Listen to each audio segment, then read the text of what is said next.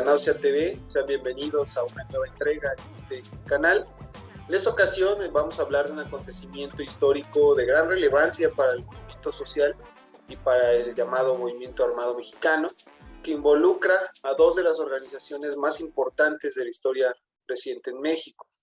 Vamos a platicar como tal de la llamada Traición de Febrero. Y bueno, para esto contamos con la participación de un gran colaborador del canal y un colega sociólogo experto en estos temas, Gerardo Alarcón. Saludos, Gerardo. Hola, saludos a toda la audiencia y gracias por la invitación. Excelente. Bueno, pues entrando en materia, en primer lugar, ¿nos podrías decir qué es la Traición de Febrero y cuál sería, digamos, el contexto histórico en el que ésta se da?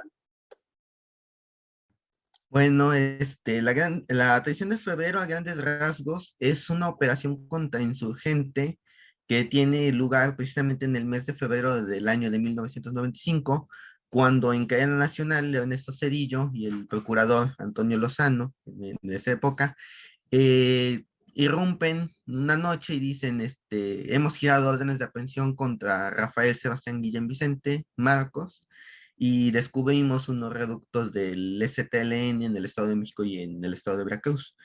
Esta operación contrainsurgente, en un primer momento se le denomina como traición porque por una parte, Cedillo estaba tratando de restablecer negociaciones con el STLN una vez que se rompieron al final del sexenio de Salinas.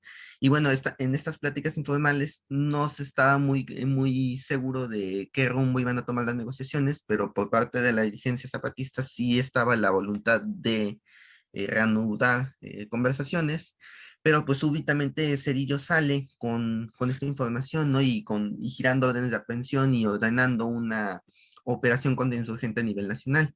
Pero también se conoce como traición de febrero porque toda esta información viene de Salvador Morales Garibay, quien dentro del STLN era conocido como el subcomandante Daniel. Dentro de la historia del EZ, cuando se formaliza ya la dirección militar del Frente Suroriental, la responsabilidad de ese frente cae entre subcomandantes. El primero es Marcos, el subcomandante Marcos, quien aparte él era el secretario militar del Partido Fuerzas de Liberación Nacional. Su mano derecha era el Héctor Ochoa, conocido como el subcomandante Pedro, muy querido entre los indígenas y hasta la fecha pues reivindicado de ambas partes como un militante muy valioso y muy comprometido con la causa. Y el otro era Salvador Morales Garibay, quien fue también compañero de trabajo de Marcos, de Rafael Sebastián, en la UAM Xochimilco. Y bueno, él, por su amistad, Marcos invita a Garibay a incorporarse a las Fuerzas de Liberación Nacional, ¿no? Y él cumple con el nombre del subcomandante Daniel. Pero ¿cómo se da esta traición de Garibay, no? Eh, Hay dos versiones, ¿no? Una menciona que de plano Garibay siempre fue un agente infiltrado del Estado, que lo metieron al EZ para desbaratar la organización, pero realmente la base de la traición de Garibay radica en un incidente que ocurre en mayo de 1993, concretamente el día 22, cuando ese día el ejército mexicano, en unos patrullajes de rutina, descubren un campamento que era el cuartel del Quinto Regimiento Insurgente del STLN, cuyo nombre clave era las Calabazas. Este campamento se ubicaba en la Sierra de Corral Chen, cerca de Ocosingo. Y bueno, el ejército mexicano descubre en la selva un enorme cuartel con vallas de troncos, con dormitorios, con salones de clase, armerías, incluso tenía su campo de prácticas, era una reconstrucción del cuartel militar de Rancho Nuevo, y tenían también unos escenarios que ejemplificaban casas, y era este lugar donde el STLN se preparaba para las ofensivas urbanas, para el combate urbano. Entonces Garibay tenía bajo su responsabilidad este campamento. En un principio, según algunas fuentes, mencionan que este campamento estaba en una zona un poco complicada porque las comunidades de la Sierra de Corralchen y de Ocosingo principalmente estaban vinculadas por medio de la iglesia a una organización llamada SLOP, que era en Setzal se conoce como La Raíz. Esta organización era de catequistas adscritos a la arquidiócesis de San Cristóbal, encabezada por Samuel Ruiz, Y si bien ellos predicaban esta teología de la liberación y la opción preferencial por los pobres, cuyos planteamientos de cierta manera se inclinan hacia algunos puntos del marxismo, lo cierto es que también como iglesia y como poder tradicional, y sobre todo en un contexto indígena y rural, ellos no iban a estar tampoco dispuestos a que una organización socialista de izquierda de la ciudad se arraigara en estas comunidades, ¿no? Aunque tuvieran ideales y metas en común, pues al final de cuentas la influencia es la influencia, ¿no? Y las tradiciones son tradiciones. Entonces, esas figuras de poder, pues no querían perder su influencia en las comunidades, ¿no? Entonces, SLOP es utilizada como un contrapeso contra estas organizaciones. Hay que recordar que también en el área de Chiapas estaba trabajando el Partido Revolucionario Obrero Clandestino, Unión del Pueblo, que es una organización, también la otra organización histórica del movimiento socialista armado mexicano, y también había unos grupos de tipo maoísta, que era Política Popular y Línea Proletaria, que eran de Adolfo Oribe, que como anécdota histórica que era amigazo de Raúl Salinas, pero política popular, aunque algunas personas siempre los han señalado como responsables indirectos del establecimiento del STLN, ellos nomás duran 6 meses en Chiapas porque precisamente las comunidades de Samuel Ruiz los corren, primero los invitan y luego se encargan de que los expulsen de esas comunidades, ¿no? Y bueno, cuando las Fuerzas de Liberación Nacional y el EZ empiezan su avance y hacen este proceso que ellos denominan como la toma de los pueblos, pues la arquidiócesis se entera, ¿no? Que hay movimientos y lo que ellos hacen es tratar de minar la influencia del EZ y de las fuerzas, ¿no? Y en Ocosingo, precisamente, ellos estaban incentivando a la población a que les dejaran de apoyar, que les dejaran de pasar alimentos, recursos y todas estas situaciones. Entonces, dado que el clima en esa zona era muy tenso, se le ordena a Garibay que quite el campamento de ahí, porque estaban en riesgo de que Slop los fuera a delatar. Garibay no lo hace. Y de hecho, las primeras versiones que da Marcos en el parte militar que entrega al comandante Germán, acusa a Slop de haber delatado el campamento, ¿no? Pero pues tal parece que también la ubicación del campamento pues fue un accidente. Por lo que leí en el reporte militar que hablan del incidente, pues había un camino y dejaron la puerta abierta, entonces entran los soldados a inspeccionar qué onda y pues se encuentran con el campamento del EZ, ¿no? Se produce un enfrentamiento, no estaba Garibay en su posición, entonces la defensa cae en el mayor Mario y Marcos ya por vía radio les va indicando qué hacer, ¿no? Matan a un teniente del STLN, el ejército mexicano lanza una operación en Chiapas para destruir a la organización, pero en ese momento hay que recordar que ya estaba en el preámbulo la entrada del Tratado de Libre Comercio. Entonces lo que hace Salinas, y de hecho esto también lo comenta en el documental de 1994, es suspender las iniciativas de ataque militar y al contrario, como Luis Echeverría, él apuesta a una contrainsurgencia pasiva, en el sentido de que utiliza los programas sociales, recordemos Solidaridad y todos estos créditos creados a partir de Ceresol, impulsados a partir de Ceresol, pues llegan a esas comunidades, incluso va Salinas, creo que un mes después del enfrentamiento en las calabazas, con un fuerte dispositivo de seguridad, e inaugura hospitales y bueno, hace toda la demagogia para tratar de minar la influencia del STLN mediante la política social. Y a pesar de que pues, pone en riesgo a la insurrección, pues, los preparativos continúan ya, una vez descubierto las calabazas. Pero a Garibay se le culpa de la acción porque no desmontó el campamento cuando se lo ordenaron y tampoco estaba en el campamento cuando era su responsabilidad estar ahí. Entonces, pues estatutos y más hablando de las fuerzas como una organización cuya clandestinidad era muy estricta y una disciplina también muy, muy estricta, lo que ameritaba era que lo degradaran de rango, lo sacaran de Chiapas y es más, hasta que lo pusieran a disposición del partido para que vigilaran qué andaba haciendo, ¿no? En todo caso, para aplicarle una sanción. Pero como lo mencioné hace unos momentos, Garibay y Guillén eran amigos de hace muchos años, ¿no? Se conocieron incluso antes de militar en la organización. Entonces, ese amiguismo, que también es una actitud muy criticada por el partido en sus documentos, el amiguismo propició un relajamiento en las medidas de seguridad, entonces a Garibay lo mandan aquí al estado de Veracruz, donde operaba otro frente del STLN, que era el Frente Paracentral.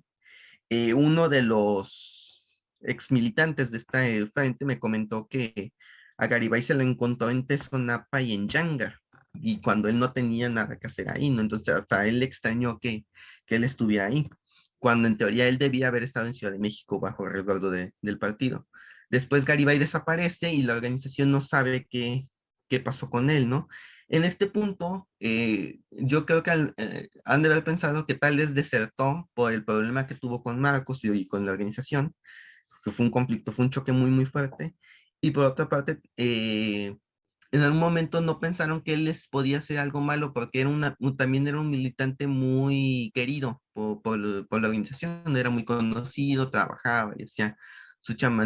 Entonces no, yo creo que el partido nunca se esperó que pasara esto, ¿no? Pero Garibay desaparece y el propio Salinas lo menciona, ¿no?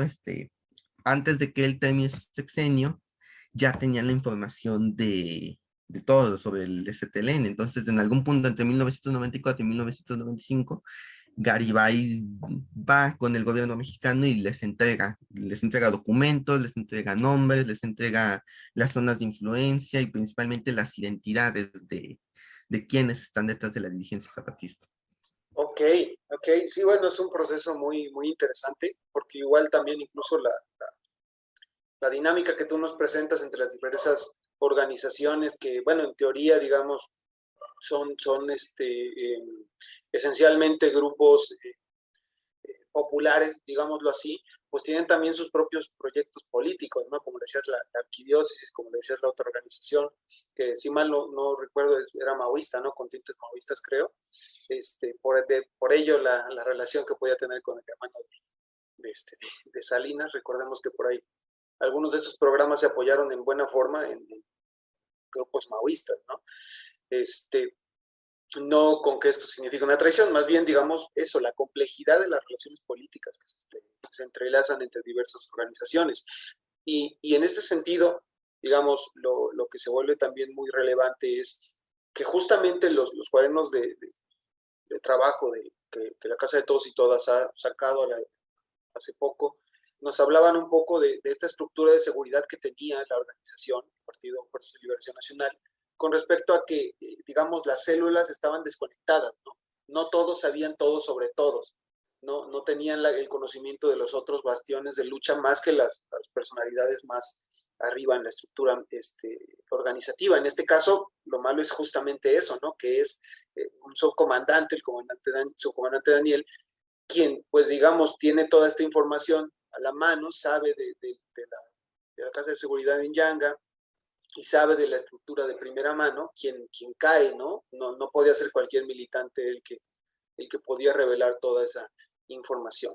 Pero al respecto de esto, ¿qué tipo de información, digamos, ofrece el subcomandante Daniel en este conjunto de hechos?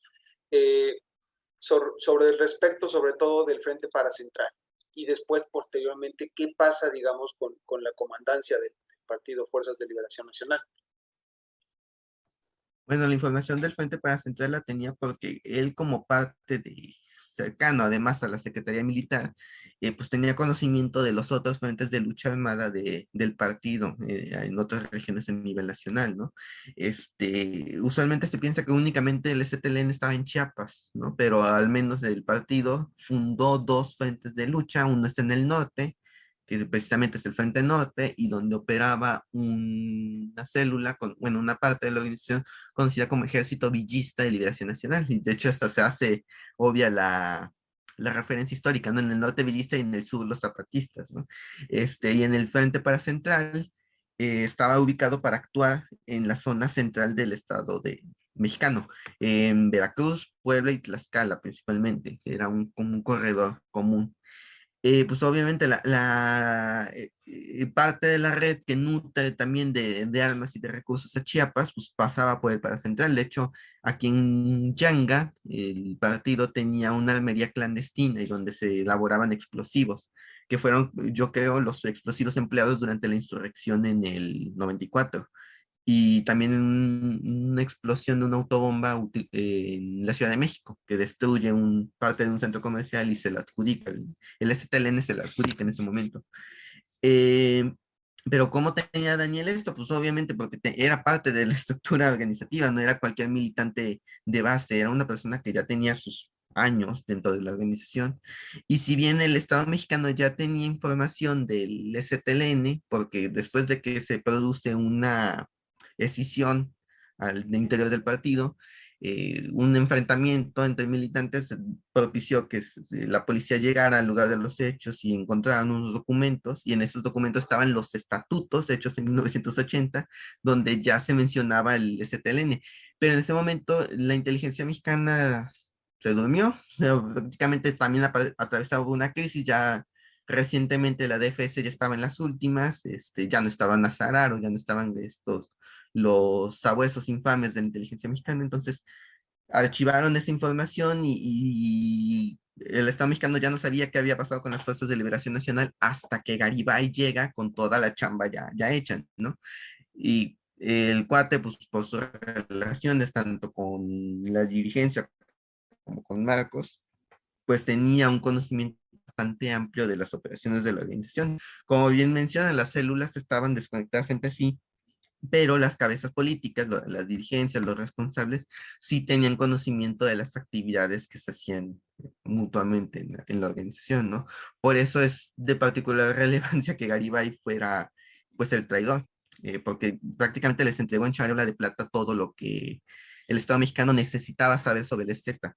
¿Y cuál es el impacto de esto, no? Porque, pues, Garibay conocía a todas estas cabezas, entonces cuando llega la atención, prácticamente llega con una lista con nombres y apellidos, y ya ahí el Estado mexicano empieza a establecer las correlaciones, ¿no? Por ejemplo, en el caso del arquitecto Fernando Yáñez Muñoz, pues él es un militante histórico de las fuerzas, casi desde el momento de su fundación, aparte de que es el hermano del primer responsable nacional de la CFLN y de su fundador, que es el abogado César Germán Yáñez. Precisamente el nombre de Germán viene de su hermano César Germán Yáñez, ¿no? Y él ya pues estaba identificado por la policía desde el enfrentamiento en Vista Ocaso en 1971, cuando salen las primeras listas de militantes de la Fuerzas de Liberación Nacional, él ya figuraba desde entonces en la organización, ¿no?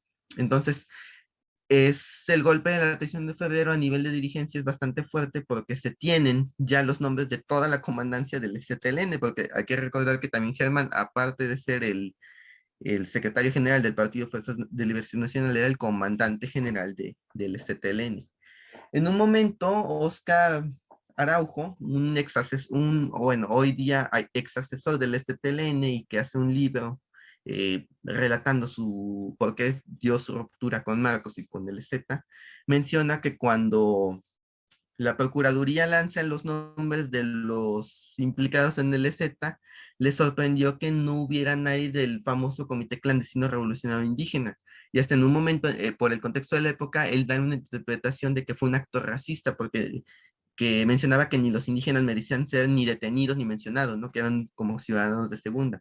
Esto lo escribieron en el 95, pero hoy al calor de la información que ya se tiene, pues sabemos que era porque esa era la dirigencia zapatista y el CCRI, como lo ha mencionado el partido, es una estructura que surge después del levantamiento zapatista, después del 94, concretamente cuando se hacen los diálogos en la Catedral de San Cristóbal, que es donde se presenta.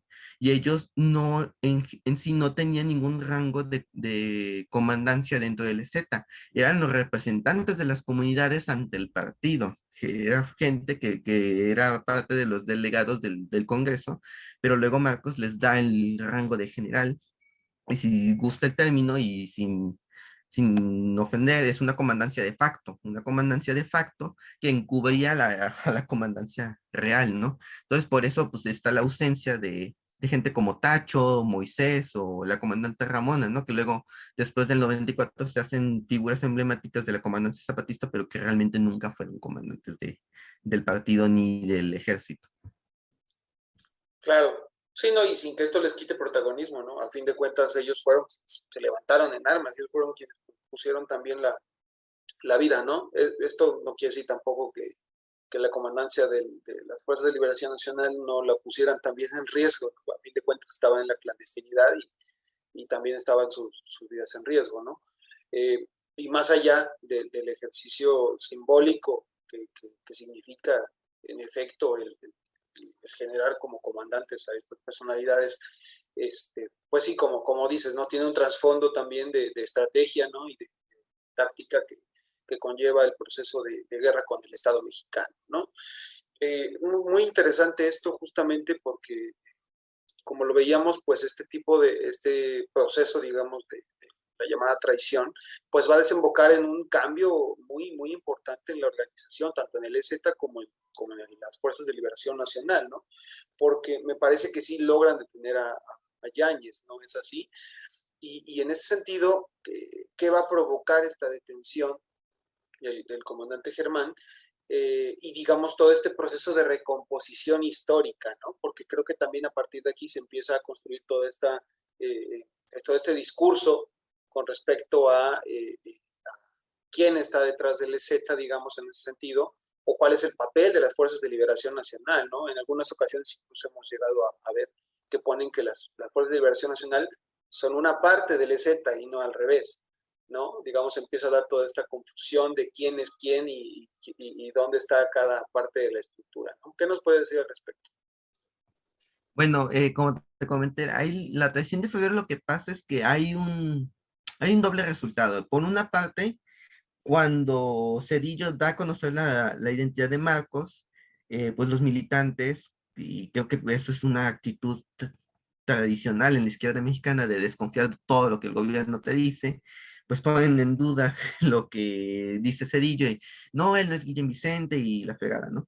Entonces hay una serie de protestas muy históricas y muy significativas donde la gente sale después del anuncio de la orden de aprehensión y salen al grito de todos somos macos, ¿no? Y entonces salen y todos somos macos y la pegada. En este sentido, ya Marcos se había convertido en el hombre símbolo, en un hombre en el que puede ser cualquiera, cualquiera puede ser Marcos, porque cualquiera se puede encapuchar y cualquiera se puede rebelar contra el gobierno, ¿no? No. Y aquí hay un fenómeno bien irónico y bien curioso, ¿no? De que es un doble filo, ¿no? Por una parte, es la negación del hombre como símbolo, porque cualquiera se puede poner una capucha y cualquiera puede ser Marcos, pero al mismo tiempo es la reafirmación del hombre símbolo, porque al final de cuentas defendían la imagen de Marcos y eso es lo que construye lo que mucha gente ha denominado como el mito genial, ¿no? Pues es el vocero que no es vocero, el líder que no es líder y el símbolo que no es símbolo, ¿no?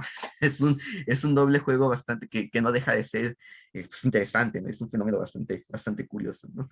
Pero al mismo tiempo en el que la sociedad civil que detuvo la guerra en el 94, la guerra de 12 días, salía a exigir el cese a las hostilidades que estaban ocurriendo en Chiapas, porque el operativo que hace el ejército es sumamente violento, hay detenciones, hay bombardeos incluso, hay una serie de violaciones a los derechos humanos, mientras la sociedad civil sale y defiende a Marcos y al EZ, por otra parte, el Partido de las Fuerzas de Liberación Nacional era el que recibía el golpe más duro, porque aquí en Veracruz, en Yanga, detienen a los miembros del Frente para Central, y a Ricardo Hernández López, a Hilario Martínez Hernández, a Martín Trujillo Barajas, a Luis Sánchez Navarrete, Álvaro Castillo Granados, a Melinda García Zapagua y Rosa Hernández. Y en el Estado de México, pues también detienen a varios militantes. Una de ellas, que es detenida en la Ciudad de México, es María Gloria Benavides, que es sobreviviente del asalto a Nepantla, donde cae Denis Stock, donde cae Alfredo Zárate Mota y todos estos mártires que sí son reivindicados por el EZ, ¿no? Y ella sale de prisión y se reincorpora al EZLN y es la primera comandante del ejército, es la comandante Lisa. Después de su fundación es la primera responsable militar del ejército, ¿no? Cae su esposo, Jorge Javier Elorriaga, que él trabajaba en esta época con Epigmenio Ibarra y por eso mucha gente comenta que Epigmenio fue el que puso a Marcos y que había por ahí, es una teoría entre conspiración y chisme, que dicen que Pigmen Ibarra estuvo trabajando con el gobierno para dar con la ubicación de Marcos. Y curiosamente quien cae es Javier Elorriaga, que él era el enlace entre Marcos y Cedillo, entonces también su detención sí tiene un sentido, ¿no? Aparte de que sí pertenece a las Fuerzas de Liberación Nacional, ¿no? Y bueno, como te comentaba, mientras la sociedad civil llamaba al cesar la guerra en Chiapas y al dejar en paz a la dirigencia zapatista, el partido era el que sufría los golpes más duros, ¿no? Ellos sí sufrieron la cárcel, la tortura, y en un primer momento Digna Ochoa y otras organizaciones defensoras de los derechos humanos dan la defensa, y recordemos en ese momento el partido se mantenía clandestino, ¿no? Entonces la estrategia legal empleada es desvincular a los detenidos del Ejército Zapatista de Liberación Nacional y del partido. ¿Por qué? Por secreto de guerra. Porque si ellos admitían que sí eran parte de la estructura, pues les iba a caer los delitos de conspiración, terrorismo y traición a la patria, se iban a ser efectivos, ¿no? Entonces la defensa apela al desvinculamiento de ellos, de las Fuerzas de Liberación Nacional y del STLN. Pero posteriormente, el día 23 de octubre de ese año de 1996, cae Fernando Yáñez Muñoz, que es el comandante Germán. Él lo detienen en su casa en la Ciudad de México. También hacen un operativo bastante fastuoso para detener al comandante Germán. Y bueno, en ese momento la COCOPA, la Ley de Concordia y Pacificación de Chiapas, ya estaba instalada la comisión. Entonces cuando cae Germán, pues se pone en riesgo todas las negociaciones, ¿no? Además había caído el comandante de la organización, ¿no? Entonces era entendible que la caída del arquitecto podía generar una respuesta político-militar bastante fuerte, ¿no? Entonces la presión que se da por la detención del arquitecto Yáñez, pues hace que unos días después lo liberen y sale libre de toda culpa, ¿no? Porque fue un acto completamente político, y él mismo lo menciona en su momento de su detención. Mi detención fue política y mi liberación también es un acto político, ¿no? Para evitar que se reanudaran las hostilidades o que se rompiera el proceso de diálogo y negociación. Y afortunadamente, tanto la liberación del arquitecto Yáñez como el trabajo que hace Digno Ochoa y las organizaciones de derechos humanos hacen que estos miembros del partido también sean liberados en 1997. Pero pues a pesar de ello, ya cuando se los libera ya se pueden reivindicar como bases del STLN porque respondían a ese proceso político. Era un acto de buena voluntad de que, bueno, vamos a impulsar el diálogo y vamos a liberar a la gente del partido para que vean que hay una verdadera voluntad política para hacer las cosas. Pero una vez que son liberados, muchos de ellos o salen de la organización o de plano se quedan en el partido, ¿no?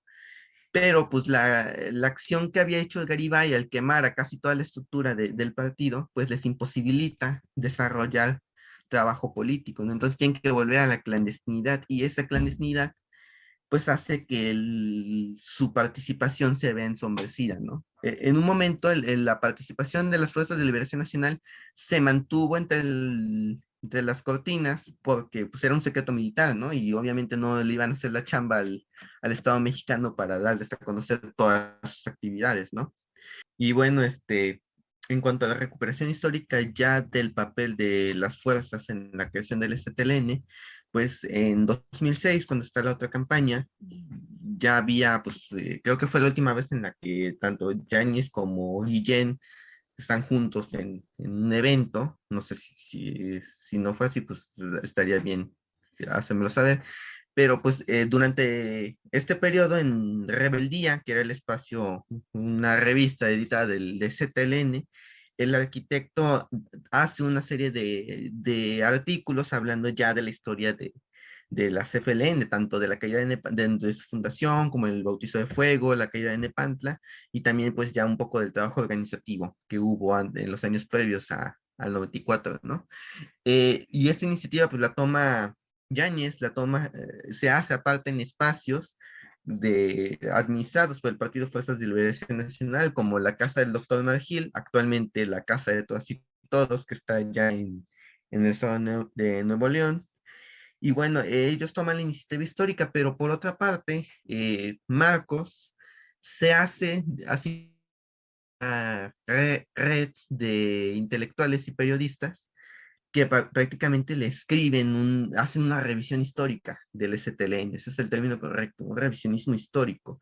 Estos indicios empiezan desde que Marcos habla con el sociólogo francés Yvon Lebot en este libro del sueño zapatista, donde en ese momento hay que tomar en cuenta que era también un contexto de guerra, pero a partir de esas declaraciones se va construyendo la narrativa actual, ¿no? Y bueno, Marcos le dice a Lebot que pues las Fuerzas de Liberación Nacional eran ya una organización casi agonizante, que había sido golpeada en el 74 y que no se habían logrado reponer de esa represión y que prácticamente su último recurso era irse a Chiapas a sobrevivir en el monte y hacer el ejército, ¿no? Y que ahí fueron las comunidades las que conocieron y se empezaron a organizar casi de manera espontánea, ¿no? Y se crea toda esa estructura a nivel nacional, ¿no? Nunca mencionan las redes urbanas, nunca mencionan a los obreros y campesinos que les llevaban recursos, a toda el plano organizativo, la infraestructura de guerra a nivel nacional, ¿no? Todas esas estructuras que sostenían el núcleo de Chiapas prácticamente desaparecen, ¿no? Y a partir de ello, gente como Gilberto López y Rivas, como Gloria Muñoz, pues, intelectuales y académicos diversos, pues han hecho del zapatismo su historia, pero su historia personal, ¿no? Donde hasta cierto punto, sin demeritar obviamente el trabajo de las comunidades, porque existe y lo podemos ver, pero han llegado a romantizar el fenómeno de la autogestión y de la organización indígena, ¿no? Y prácticamente han borrado a los mestizos en la historia de este proceso, como si la participación de los mestizos fuera algo malo, ¿no? Como si eso le quitara mérito a los pueblos indígenas cuando no es así, al contrario, nos están demostrando que mestizos e indígenas no son mundos diferentes y que se puede colaborar para generar un proyecto de resistencia, ¿no? Curiosamente, esta crítica no se extiende a los europeos y a los extranjeros que van a darse sus visitas por ahí a las comunidades zapatistas, ¿no? Pero bueno, este revisionismo histórico pues le es incómodo la existencia de la historia del Partido Fuerzas de Liberación Nacional, porque les derrumba esas tesis súper personales sobre comunidad y organización indígena, ¿no? O sea, tiene su razón de ser y por supuesto, porque el Congreso Indígena del 74 genera la pauta para que las comunidades empiecen a organizar de manera independiente y popular, ¿no? Entonces, a partir de esta serie de procesos de organización regional, las fuerzas de liberación nacionales donde reclutan a los elementos más avanzados de estos movimientos y es gracias a ellos que ellos pueden acceder a esta región y ahora sí, antes de desplegar un campamento guerrillero ya tenían una presencia significativa en la región porque ya había trabajo de base ahí, ya había politización, ya había gente pues, adherente a su causa, ¿no? Pero pues yo creo que en las narrativas de estas de Gilberto López y Rivas y de otros intelectuales, pues prácticamente borran esa colaboración interclasista incluso, ¿no? Nacional, ¿no? Esa es la narrativa zapatista actual, ¿no? Entonces, la existencia del Partido de Fuerza de Liberación Nacional les incomoda porque al mismo tiempo, al vincularlos con una idea muy romantizada de lo que es el indigenismo, tratan de desvincularlo del movimiento armado socialista, ¿no? Como si fuese algo malo, ¿no? Como si, como diría Carlos Montemayor, al final de cuentas, la guerrilla y el movimiento armado socialista provienen de los problemas nacionales, ¿no? Es la culminación de una serie de procesos sociales que derivaron en la insurrección armada, ¿no? Ese es creo que uno de los puntos centrales en la actual llamada pugna histórica, ¿no? Yo no lo considero pugna, sino más bien pugna de los intereses entre la élite intelectual de Marcos con lo que es la historia real, ¿no? Y eso no es historia sucia, ¿no? De hecho, este término es bastante lamentable, porque historia sucia era lo que hacía la Federal de Seguridad y los periodistas e intelectuales que decían que los guerrilleros eran terroristas y criminales y degenerados, ¿no? Entonces es rebajarse el mismo discurso, acusando a las fuerzas de liberación nacional como dogmáticas, como marxistas, como si ser marxista fuera algo malo, como terroristas, como organizaciones irracionalmente violentas, y pintar a los indígenas como casi como salvajes nobles, ¿no? Que se organizan y nos van a enseñar otro mundo, ¿no? Cuando realmente hay que preguntarnos hasta qué punto termina el discurso indígena y empieza el discurso del intelectual, de escritorio, ¿no? Entonces ahí sí se tendría que hacer la crítica. No, claro, y sobre todo porque, bueno, busca reproducir también esta dinámica en la que solo se puede ver este tipo de intentos de organización que involucran, digamos, a estas, podríamos decirlo, estos grupos marxistas de la ciudad con estudios, con una vida más o menos cómoda hasta antes de entrar a la guerrilla, con la vinculación con las comunidades indígenas como un ejercicio de colonización, ¿no? Que se sigue viendo así, que cuando se juntan, digamos, estos dos grupos, de una forma incluso condescendiente, se sigue pensando que las comunidades indígenas no pueden, digamos, llevar una relación de solidaridad y de trabajo consciente, si no es que están siendo utilizadas, ¿no? Por estos grupos. Entonces creo que eso es lamentable, sobre todo porque la historia lo ha dejado claro. Ambos grupos, si es que los quieren separar así, digamos, han puesto de su parte para esta historia, ¿no? Y creo que negar uno es negar al otro, incluso, ¿no? Entonces creo que es muy, muy importante. Y bueno, es muy importante también, muy interesante, cómo justamente esto que hablamos de la traición de febrero, con la caída de el subcomandante Daniel, pues va a implicar justamente este cambio en la dimensión, ¿no? Tal vez si no hubiera caído la casa de Yanga, tal vez si no hubieran, digamos, golpeado de tal forma a la dirigencia de las Fuerzas de Liberación Nacional, la historia hubiera sido otra, ¿no? O sea, su dinámica dentro del EZ hubiera seguido siendo otra y tal vez las relaciones serían diferentes. Pero bueno, Gerardo, para terminar, algunas ideas que quieras recalcar o algo que se te haya quedado en el tintero que quieras aclarar para ir cerrando esta participación. Únicamente, y como siempre lo menciono, hablando de esta disputa entre el Partido Fuerzas de Liberación Nacional y el STLN, es que hablar de la historia de las fuerzas no es, como lo mencionaste, no es negar la participación de los pueblos indígenas, ¿no? Porque si se niega una parte, si se acepta una parte, no, piensan que se está negando otra, ¿no? Y no es así. Lo que estamos hablando aquí, tanto lo ha hecho pues ahora sí el partido a través del comandante Germán con sus libros y otros académicos como la doctora Cedillo, es que es un proceso de justicia histórica, porque también es justo reconocer ese chamba y ese sacrificio pues de estos, como tú mencionas, ¿no? Como de estos jóvenes que vivían una vida pues acomodada o relativamente acomodada y que lo dejaron todo para meterse a la guerrilla, ¿no? Y es una decisión difícil, o sea, no es una decisión que la tomas de un momento a otro y no pasa nada, ¿no? Tiene un peso familiar, tiene un peso profesional, tiene un peso personal, ¿no? Entonces, también tenemos que recordar que muchos de estos jóvenes, de estos participantes, de estos compañeros, pues sufrieron la cárcel, sufrieron torturas, sufrieron vejaciones, sufrieron una serie de arbitrariedades, ¿no? Todo por esa causa, ¿no? Al final de cuentas, pusieron la causa en primer lugar, por encima de sus vidas, ¿no? Entonces, ese trabajo y ese sacrificio tiene que ser reconocido. Esos actores que trabajaron con las comunidades, que construyeron las primeras clínicas, los primeros talleres, las primeras escuelas en esas zonas donde nadie iba, ese trabajo tiene que estar reconocido, y son personas con nombre y apellido, no son tus cuentos como el viejo Antonio, ¿no?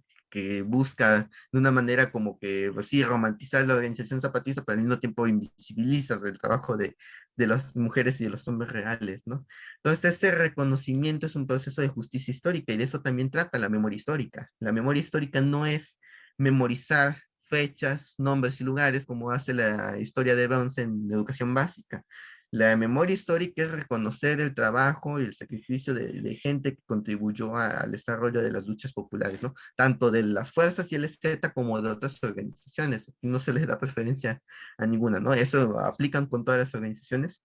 Entonces, pues hay que verlo desde esta perspectiva, como un proceso de justicia histórica y no como un proceso racista, colonial o como historia sucia, como lo quieren hacer ver, ¿no? Al contrario, lo vuelvo a repetir, la historia sucia es los que acusaban a la guerrilla de ser criminales, de ser delincuentes, de ser degenerados, como decía Luis Echeverría, ¿no? Esa es la historia sucia que hay que combatir. No hay que invisibilizar la participación de una organización política militar solo porque interfiere con tus tesis personales sobre lo que es el movimiento zapatista, ¿no? O sea, y eso es una cuestión profesional y ética. Entonces, pues desde la página les invitamos a seguir leyendo los contenidos, ¿no? Dejamos las fuentes también, por si ustedes quieren constatarlo por cuenta propia, ¿no? Y ejercer pues ahora sí una labor crítica de pensamiento, ¿no? Pero pues ahí están los datos, ahí está la evidencia, y si la quieren escuchar bien, y si no, pues ni modo. Sí, sí, bueno, justamente hablando de memoria, ¿no? Pues recordamos de nuevo revisar la página Memoria y Resistencia, la historia de la guerrilla en México en Facebook, dado que, bueno, todo este relato que nos ha traído hoy Gerardo está ahí plasmado en 4 partes. posts muy, muy interesantes que conllevan también, digamos, van acompañados de imágenes históricas de los procesos, algunas incluso de archivos policíacos, ¿no? Que como labor histórica y sociológica has logrado desentrañar, y sobre todo de las fuentes, ¿no? Ahí están las fuentes. De nuevo, esto no es un discurso, ¿no? Aquí lo importante es apegarse lo más que se pueda a las fuentes y a los datos duros para poder desentrañar, digamos, la historia en su justa dimensión. Entonces, le vamos a dejar las redes aquí abajito, tanto del canal como de la página de Memoria y Resistencia, para que se den una vuelta por ahí. Les recordamos de nuevo, darle like al video si les gustó, suscribirse, compartirlo y seguirnos en nuestras redes sociales, en Facebook y en Twitter como La Náusea TV. Bueno, Gerardo, muchas gracias por acompañarnos este día. Gracias a ti y gracias otra vez a La Náusea por la invitación. Excelente. Bueno, saludos a todos.